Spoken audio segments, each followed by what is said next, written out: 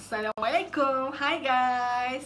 Lama kita tak bersiaran ya. Okey, hari ni topik apa yang kita akan bincangkan? Sekarang ni isu pendidikan tengah hangat. Satu Malaysia tengah cakap pasal beg sekolah berat. Korang mesti ada anak-anak, adik-adik, jiran-jiran yang tengah cocet-cocet cakap pasal isu berat ni kan? Sebenarnya apa yang ada dalam beg diorang tu? Cuba tengok kat belakang ni. Jadi, apa yang korang boleh nampak? Tu baru sekolah pagi. Belum sekolah agama dan kelas tambahan lagi. Berapa banyak beg diorang kena bawa? Berapa berat beg diorang kena angkat setiap hari? Macam manalah boleh tak sakit-sakit badan? Apa pula kesannya pada diri diorang ni? Bukan dari kecil je tau. Kesan ni berpanjangan dan bukannya diorang ni boleh nampak kesan tu serta-merta. Dia ambil masa yang lama sehinggalah mereka dewasa dan tua. Kalau kita tengok dari bidang perubatan pula, tulang belakang mereka ni boleh bermokok menjadi bentuk C ataupun S. Apa efek pada diri diorang pula akan datang nanti. Mereka dah tak boleh buat kerja berat, angkat benda-benda berat, tak boleh duduk lama, berdiri pun tak boleh tegak dan macam-macam lagi. Sehingga kan pada satu tahap tu boleh efek pada kardiovaskular diorang. So, korang tahu tak apa nama penyakit tu? Penyakit tu ialah skoliosis. Macam kat belakang ni. Orang pelajar terpaksa menjalani pembedahan baru-baru ini untuk membetulkan tulang belakang yang bengkok 40 darjah. Masalah yang dikaitkan kepada menggalas beg sekolah berat saban tahun. Bapa Nurul Hanim Fazwin, 17 tahun, Muhammad Zakrul Razmal Muhammad Pozi yang juga pakar kanak-kanak yakin rutin menggalas beg sekolah berat bertahun-tahun bukan sahaja memberi kesan kepada anaknya tetapi juga ramai pelajar sekolah di seluruh negara. Jadi, bila isu ni semakin hangat diperkatakan di sosial media, dalam kalangan masyarakat dan juga dalam kalangan ahli pendidikan sendiri, maka pakar kesihatan juga telah mencadangkan bahawa beg berat bagi beg sekolah kanak-kanak ni perlulah tidak melebihi 10% daripada berat badan mereka. Bagi beg sekolah yang sandang tu, bagi beg sekolah tarik pula, beg roda yang tarik tu, berat beg sekolah diorang mestilah tidak boleh melebihi daripada 20% berat badan mereka. Terutamanya bagi golongan kanak-kanak lah khususnya. Disebabkan isu ni telah hangat di merata-rata tempat, tak kira lah sama ada di social media ataupun di akhbar-akhbar yang ada kat Malaysia ni, pihak KPM juga telah mengambil langkah bagaimana mereka nak kurangkan masalah beg berat pergi sekolah ni kepada kanak-kanak, daripada umur kanak-kanak sehingga remaja lah khususnya. Jadi setelah mereka membuat kajian, beberapa dasar KPM telah mengambil langkah untuk mengurangkan bebanan para pelajar ni atas sebab-sebab tadilah, kerana mereka mempunyai risiko untuk mendapat skoliosis. Apakah langkah-langkah yang KPM ni dah ambil untuk mengurangkan risiko skoliosis dalam kalangan pelajar ni? Itu pertamanya kan, antaranya ialah mereka menyarankan ibu bapa lah khususnya kena ambil tahu anak diorang ni pergi sekolah, bawa buku mengikut jadual sekolah yang telah ditetapkan ataupun diorang tu bawa semua buku sekali. Tapi masalahnya, walaupun ikut jadual sekarang ni, sehari mereka ada banyak mata pelajaran yang mereka pelajari.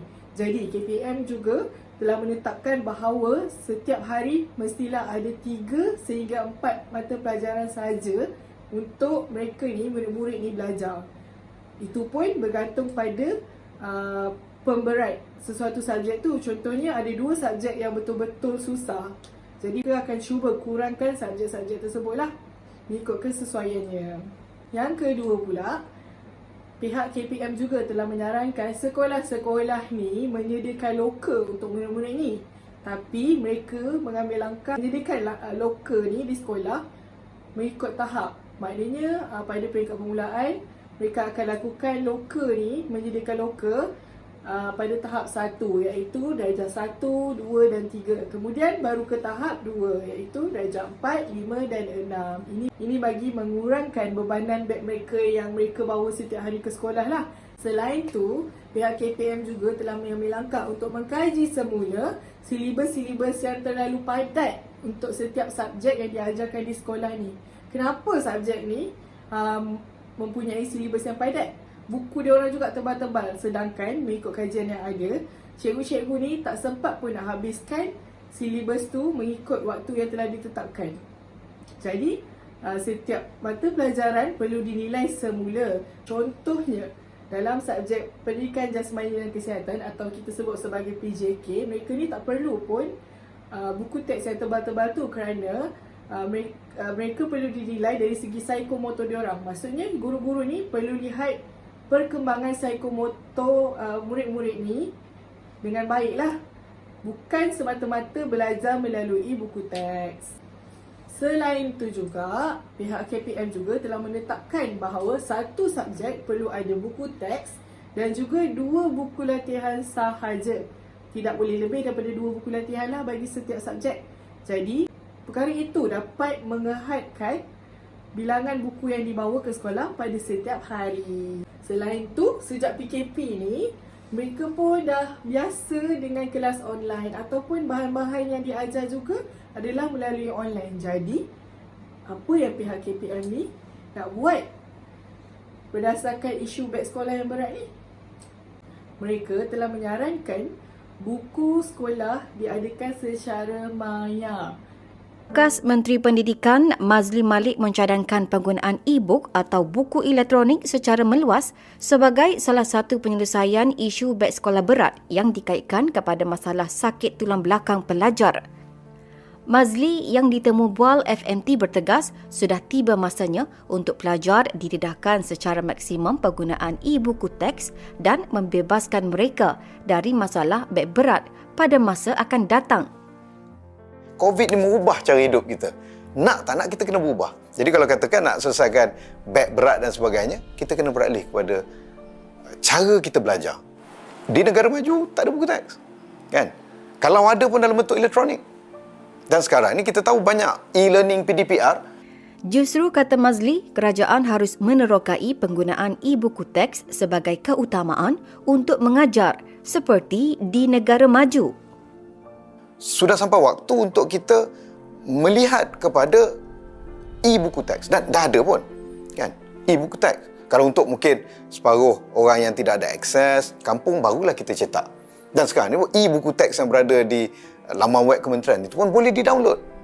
Beliau turut menegaskan keperluan kuasa autonomi diberikan kepada pengurusan sekolah dan guru untuk menentukan cara pengajaran terbaik berdasarkan keperluan masing-masing. Di mana para pelajar yang hadir ke sekolah boleh mengakses buku teks secara maya di mana-mana tempat ataupun melalui apa-apa device yang ada di sekolah lah. Contohnya seperti penggunaan e-book ataupun buku elektronik.